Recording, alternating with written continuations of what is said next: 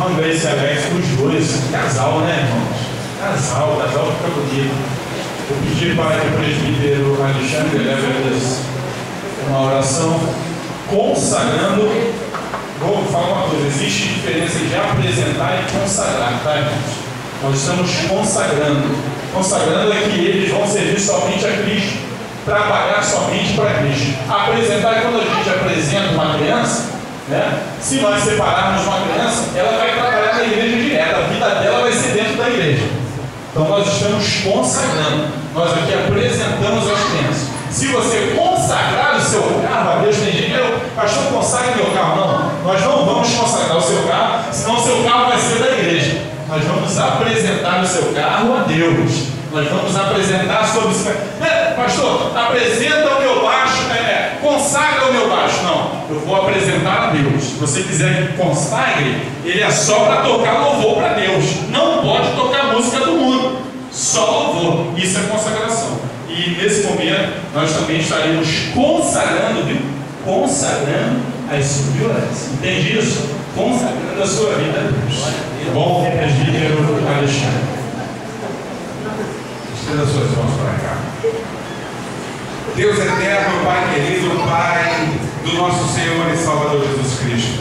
Senhor, Pai querido, apenas estamos confirmando, Senhor, ó Pai querido, teu chamado, Deus amado, porque, Senhor, lá na fundação do mundo, o Senhor já tinha separado esse casal para a sua obra. Senhor, agora, Pai, assim como o Senhor levou a Pedro, Senhor, o Senhor falou que as portas do inferno não iriam prevalecer contra a sua igreja. Senhor, a sua igreja somos nós, e estamos sendo agora, Senhor, ó Pai, que está sendo consagrado, Senhor, para a tua obra. Pai, que as portas do inferno, Senhor, não venham prevalecer, mas, Senhor, que passam, Senhor, através da vida deles, ó Pai, que resgatar, Senhor, edificar a tua casa, Senhor, para que, Senhor, os pobres, os oprimidos, os cativos, Senhor, os encarcerados, ó Pai, Senhor, eles falarem do teu amor, possam ser, Senhor, Deus amado, serem libertos para a honra e glória do teu nome.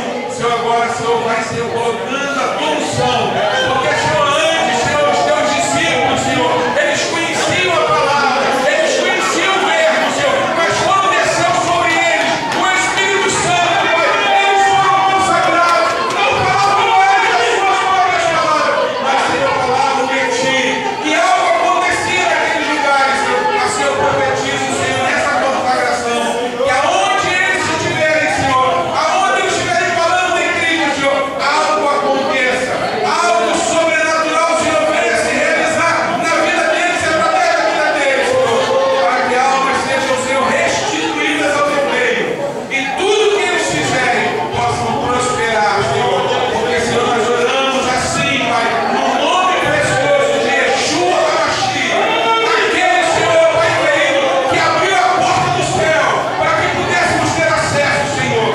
Então, Pai, nós consagramos esse casal para a tua boa obra, e aonde eles semearem, possam, Senhor, dar frutos e frutos de arrependimento, Senhor. Assim nós oramos e consagramos eles no nome de Jesus. Podemos se levantar. Você pode dar uma salva de palmas.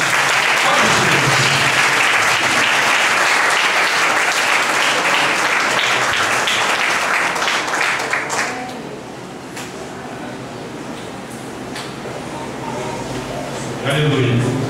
E você vai consagrar a sua vida a Deus? Será que é isso que a Arthur vai pregar, gente? Deve ser não, né? Então temos aqui evangelista Carlos Eduardo, obreira Gleice e obreiro Alex. Todas as considerações dos nossos membros. Pode parar aqui? Para vós, em nome de Saúdo os irmãos com a paz do Senhor, amém? Amém. Gosto do pastor que ele não coloca mais pressão não, né? Ele convida cantor, convida gente da barra, diz que vai filmar, não tem pressão nenhuma, né? Eu vou estrear a câmera. Também, irmãos, eu sou acostumado a dar aulas de EBD, não sou um preletor recorrente aqui de culto, é apenas a segunda vez que eu prego a palavra de Deus de culto. Então peço a compreensão dos irmãos, que eu não sou tão fluente assim como Carlos, como pastor, né? Mas eu espero que os irmãos entendam aquilo que Deus colocou no meu coração e eu vou tentar passar para a igreja. Espero também que a bênção dos irmãos seja estendida a mim, que eu também não fiz exigência nenhuma, irmão. Então, estou aí, se quiser encher minha barriga, eu estou aí. Por favor, coloque a primeira transparência. Eu preparei umas transparências, irmãos, a fim de agilizar a pregação da palavra. Já são 9 horas. Eu peço aos irmãos que segurem um pouquinho, se puderem, para ouvir toda a mensagem. Eu vou ser rápido, sucinto, mas existem algumas coisas que Deus quer falar com vocês e comigo, e eu preciso desse tempo para ministrar a palavra.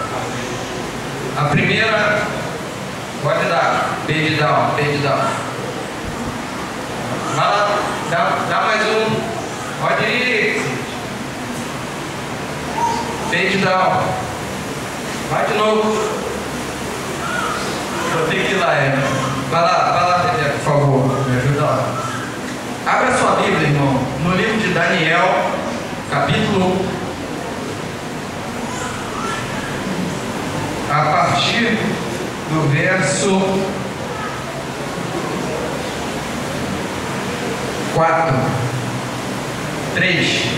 3. Um antes, sim. Então, Daniel, capítulo 1, a partir do verso 3.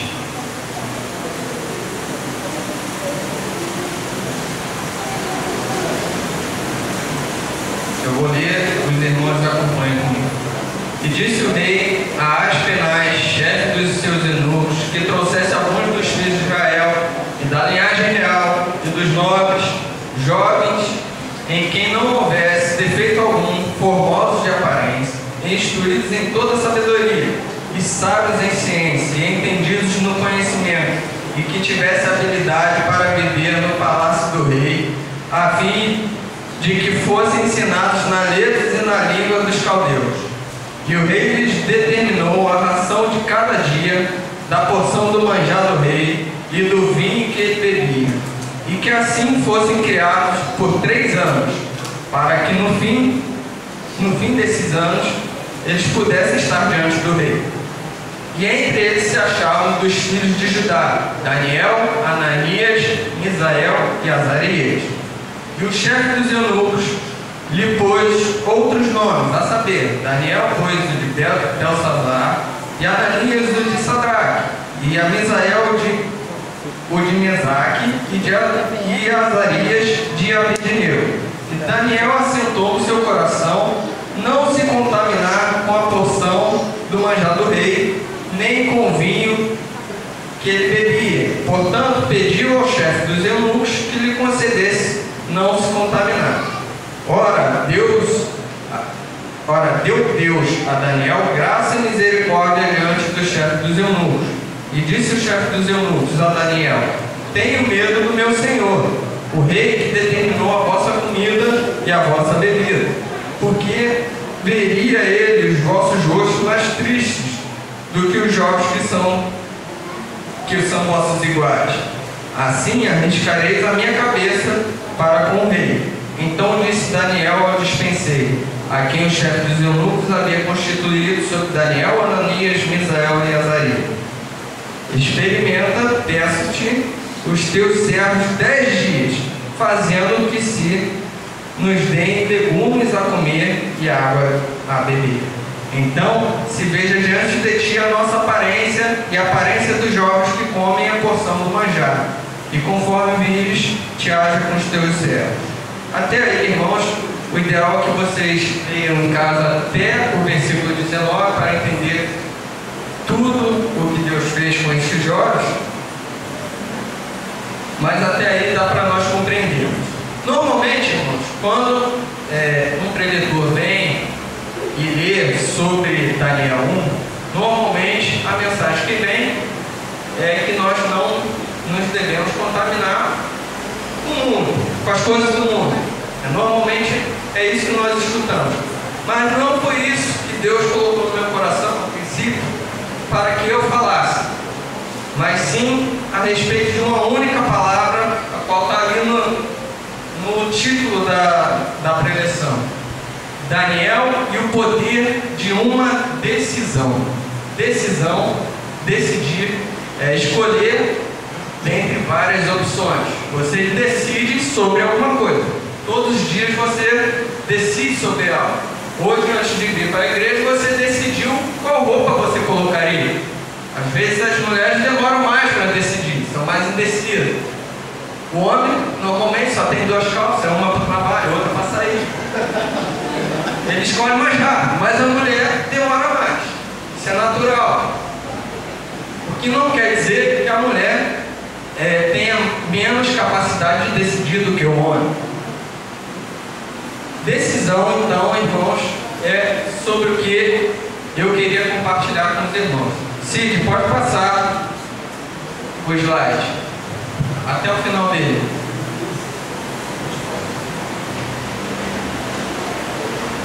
São diversos assuntos. O primeiro deles, eu trouxe a minha colinha aqui, é sobre o fato de não decidir. A indecisão. O que pode acontecer com um homem ou com uma mulher que tem indecisão? Normalmente eu faço com os irmãos, falo para os irmãos que leva o homem à ruína. Por que isso? A pessoa que não consegue escolher, decidir sobre determinados assuntos, fatalmente deixará passar oportunidades valiosas para a sua vida, e que essas oportunidades muitas vezes não voltam a passar diante de vocês, de nós. Então, o primeiro ensinamento, irmãos, não seja uma pessoa indecisa. Colocou? Pode até o final. Nós vemos lá um exemplo claro de indecisão. Pode passar para a próxima.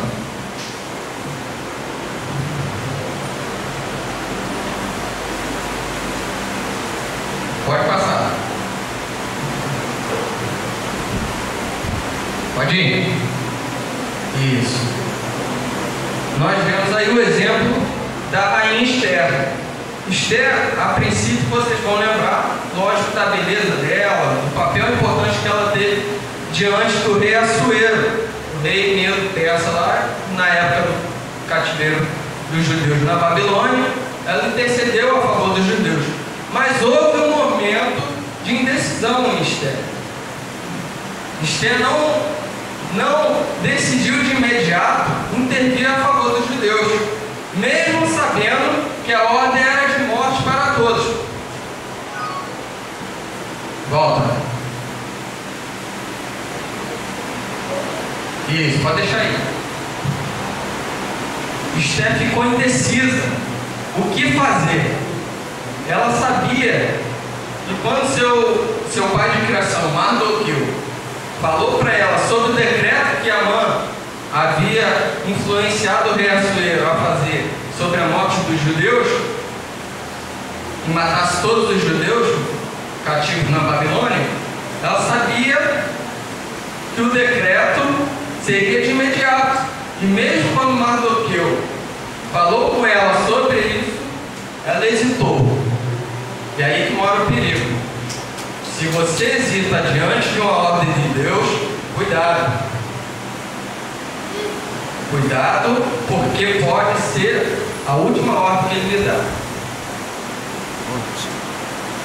Esther tinha medo do rei Assuero, porque naquela época, se uma pessoa entrasse no pátio para falar com o rei, diante do rei, sem ser convidado pelo mesmo, era passível de morte. Então ela temeu pela mesmo sabendo que o povo dela padecia de necessidade. Mas seu pai de criação, Mardoqueu, exortou ela a fazer o que devia. Olha, você acha que isso vai passar de você também? Você também é judia. Vamos ver lá. Esther 4, pode deixar, Esther 4, de 11 a 14, está ali, transcrito. Eu vou ler. Todos os servos do rei e o povo das províncias do rei bem sabem que todo homem ou mulher chegar ao rei no pátio interior sem ser chamado, não há senão uma sentença, a de morte, salvo se o rei estender para ele o cetro de ouro, para que viva, e eu nestes 30 dias não tenho sido chamada para ir ao rei. Isso é Esther falando para Mardoqueu. E fizeram saber a Mardoqueu as palavras de Esther. Então Mardoqueu mandou que respondesse a Esther: não imagines no teu íntimo que por estares na casa do rei, escaparás só tu entre todos os judeus. Porque se de todo te falares nesse tempo, socorro e livramento de outra parte sairá para os judeus. Mas tu e a casa de teu pai perecereis. E quem sabe se para tal tempo como este chegaste a este rei. Então o que Mardoqueu falou para ela? Esther, tudo bem, você tem medo, mas de qualquer maneira sua casa vai perecer. Os seus parentes serão mortos. Você pode ser morto, você é uma judia. Tanto faz você morrer agora ou morrer depois. Mas é necessário que você tome uma decisão. E Esther tomou, irmãos. Esther foi lá diante do rei Assuero, chamou ele para o banquete, chamou ele e o autor intelectual daquela lei, Amã, e fez 2 banquetes com o rei e Amã. E depois do segundo banquete, ela falou para o rei Assuero: olha, saiu um decreto influenciado por este homem que se chama Amã, que matassem a todos os judeus, e eu sou judio e vou perecer junto com os meus irmãos e com o meu povo. Então o rei Assuero, quando percebeu a cilada que Amã tinha feito para o povo judeu, prontamente mandou enforcar Amã na mesma forca que ele tinha feito para enforcar Mardoqueu. Ela tomou uma decisão. Os irmãos estão entendendo? É necessário tomarmos uma decisão. Não fique em cima do muro. Assim como era, pode passar, Rebeca, por favor, a igreja de Laodiceia. Quem lembra da igreja de Laodiceia? Na 7ª carta do Apocalipse às igrejas, a igreja de Laodiceia deixa claro que Deus reprova veementemente a postura que seus membros têm. Membros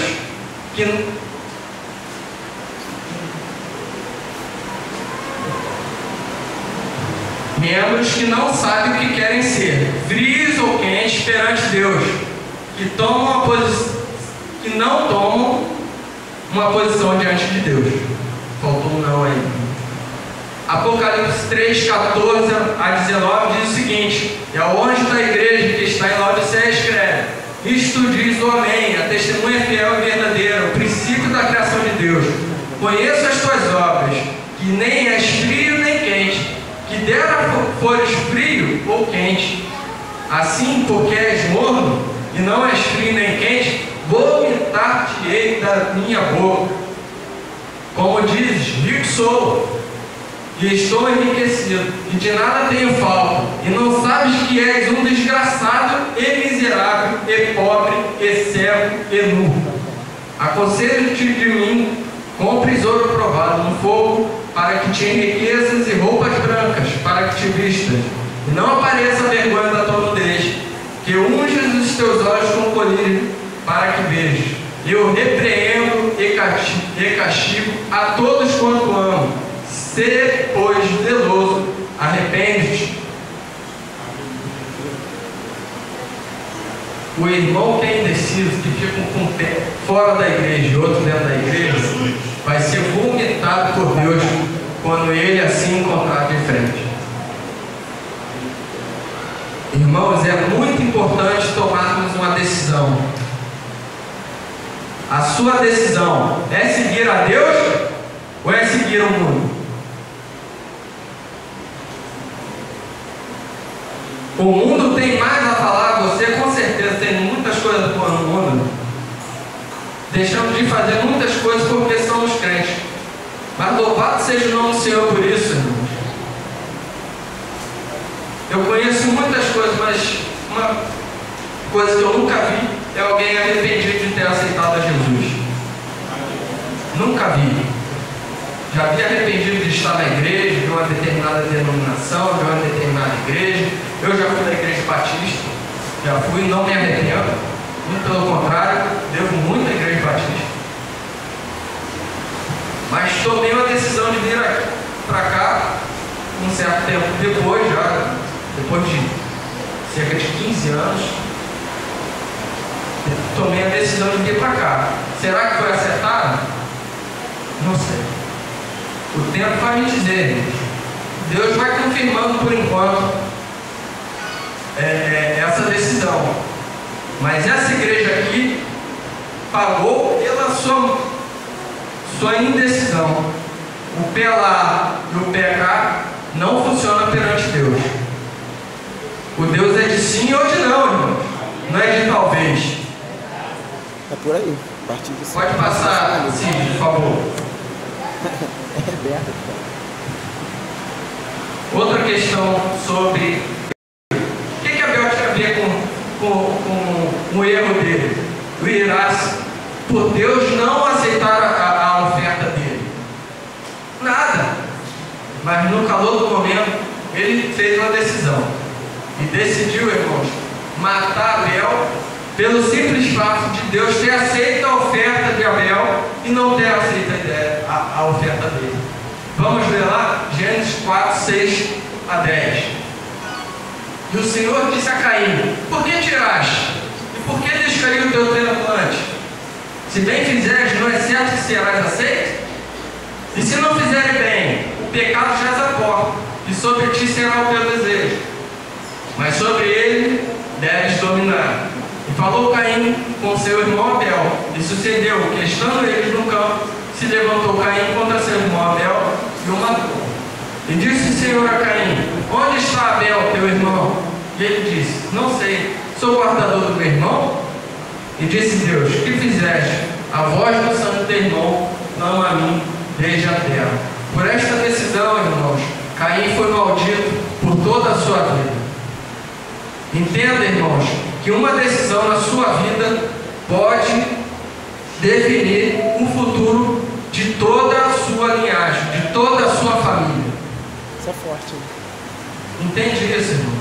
Uma decisão sua hoje pode definir o futuro de toda a sua família. Se você hoje decidir aceitar a Jesus como seu Salvador, existe uma promessa na Bíblia que diz o seguinte: ame teu Deus de todo teu coração, e você e sua casa será salvo. Não é? Isso é promessa de Deus, irmão. Mas se hoje você decidir largar Jesus e correr para o mundo, esteja preparado, irmãos, porque isso pode definir também não só o seu futuro, mas o futuro das pessoas que estão ao seu redor. Pode passar, Tiago, por favor.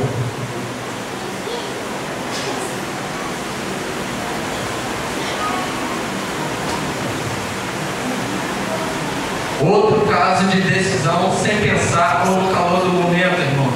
A vida de Sansão. Sansão casa-se com uma mulher filisteia, por ela ser bonita aos seus olhos. Mesmo contra os ensinamentos dos pais, que ela o persuadiu a falar a falar, nesse caso, faltou ali, a falar o enigma proposto por Sansão aos filisteus parentes dela no momento do casamento. E mais tarde, ele conhece Dalila, e por não aguentar mais ela pedir para declarar o segredo de sua força, entrega o seu segredo. Então, no momento que Dalila começa a perturbá-la de tal forma que, vamos usar o jargão, encheu o saco de Sansão de tal maneira que ele não pensou 2 vezes. Meu segredo é esse. O segredo dele fez com que a família dele sofresse bastante, irmãos. Não só ele. Ele foi levado cativo para o templo de Dagon, foi arrancado seus olhos, foi feito cego, penou, irmão, até que Deus ouvisse a sua voz novamente. Vamos ler lá, Juízes 16, 16 a 19. E sucedeu que, importunando ela todos os dias com as suas palavras e molestando, a sua alma se angustiou até a morte. E descobriu-lhe todo o seu coração e disse: nunca passou navalha na minha cabeça, porque sou nazireu de Deus desde o ventre da minha mãe. Se viesse a ser rapado, e seria de mim a minha força, e me enfraqueceria, e seria como qualquer outro homem. Vendo, pois, Dalila, que já lhe descobrira todo o seu coração, mandou chamar os príncipes dos filisteus, dizendo: subi esta vez, porque agora me descobriu ele todo o seu coração. E os príncipes dos filisteus subiram até com ela, trazendo com eles o dinheiro. Então ela fez dormir sobre seus joelhos, e chamou ao homem, e rapou-lhe as 7 tranças do cabelo de sua cabeça, e começou a afligi-lo, e retirou-se dele a sua força. Entendeu, irmão? Sansão decidiu, de uma hora para outra, revelar o seu segredo. Sem pensar, ele proferiu as palavras que não poderiam ser ditas na presença daqueles que eram seus inimigos, o povo inimigo. Na ocasião do casamento, ele casou-se com uma filisteia simplesmente pelo fato dela ser bonita. No calor do momento, viu aquela jovem bonita, passou: opa, pai, vamos lá. Naquele tempo era assim, ele falava: vamos lá, pai, que eu quero pedir aquela jovem em casamento. E era um acordo feito entre famílias. Mas pelo simples fato dela ser bonita, ele não pensou 2 vezes. Vamos lá. E contrariou a lei de Moisés no Antigo Testamento, que fala para o povo não se misturar com os povos residentes naquela terra de Canaã. Os filisteus eram residentes. Josué não os expulsou como deveria. Aqueles povos ficaram ali para oprimir o povo judeu. E ele vai e se casa com uma mulher daquele povo. O que ele pretendia, irmão? É claro que esse casamento sofreria. É claro que não daria certo. No final, esta mulher foi dada ao seu servo que o seguia. Ele se separou dela. É isso que vocês querem para a sua vida, irmão? Qual é a decisão que você tem tomado? Tem tomado a decisão de servir o que é certo? Servir o Rei dos Reis, o Leão de Judá, aquele que morreu um dia para te salvar? Ou é servir os seus pensamentos mundanos? É servir a televisão? É servir o computador? Pode passar, Cid, por favor.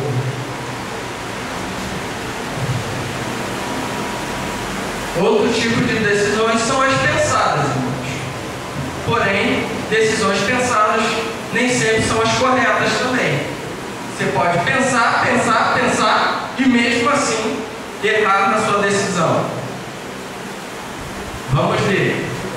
Tem um exemplo aí de Davi. Davi, vocês sabem que se apaixonou por uma mulher casada, a Betseba, que tomava banho no rio. Se para Amoni. Davi olhou, cobiçou, e olha o que ele fez. Mandou matar Urias, deixando-o só na frente da batalha após ter se deitado com sua mulher e engravidado a mesma.